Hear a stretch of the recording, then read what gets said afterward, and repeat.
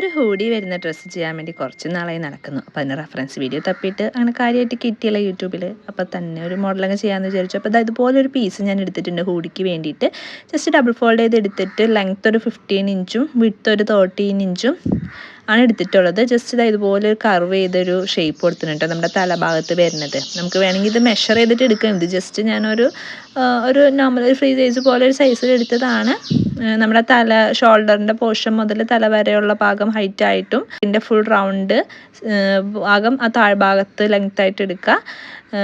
പിന്നെ അതേപോലെ തന്നെ വിഡ്ത്ത് വരുന്നത് നമുക്ക് സൈഡിൻ്റെ ആ ലെങ്ത് ഉണ്ടല്ലോ, തല ചെവി അങ്ങനെ ആ സൈഡ് എത്ര ഭാഗമാണെന്നുള്ളത് വിഡ്ത്തായിട്ട് എടുക്കുക. ആ ഒരു ഇതിൻ്റെ കൂടെ സ്റ്റിച്ചിങ് അലവൻസും കൂട്ടിയിട്ട് മെഷർമെൻറ്റ്സ് ആണ് എടുത്താൽ മതിയാവും.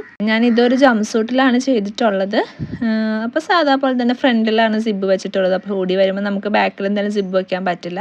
അപ്പോൾ ഫ്രണ്ടിൽ സിബ് വെച്ചിട്ട് ഒരു ജംപ് സൂട്ടിലാണ് ഇത് ചെയ്തെടുത്തിട്ടുള്ളത്.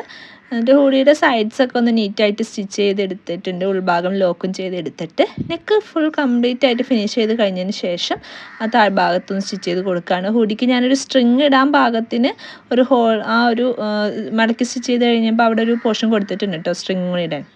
അപ്പം നമുക്കൊന്ന് ടൈറ്റ് ചെയ്യണമെങ്കിൽ വേണമെങ്കിൽ ജസ്റ്റ് അവിടെ എന്തെങ്കിലും സ്ട്രിങ് ഇട്ട് കൊടുക്കാം. പിന്നെ ഇത് ഏത് ഒക്കേഷനിലാണ് സ്യൂട്ടാവാന്ന് കൂടി ഒന്ന് കമൻറ്റ് ചെയ്യേ.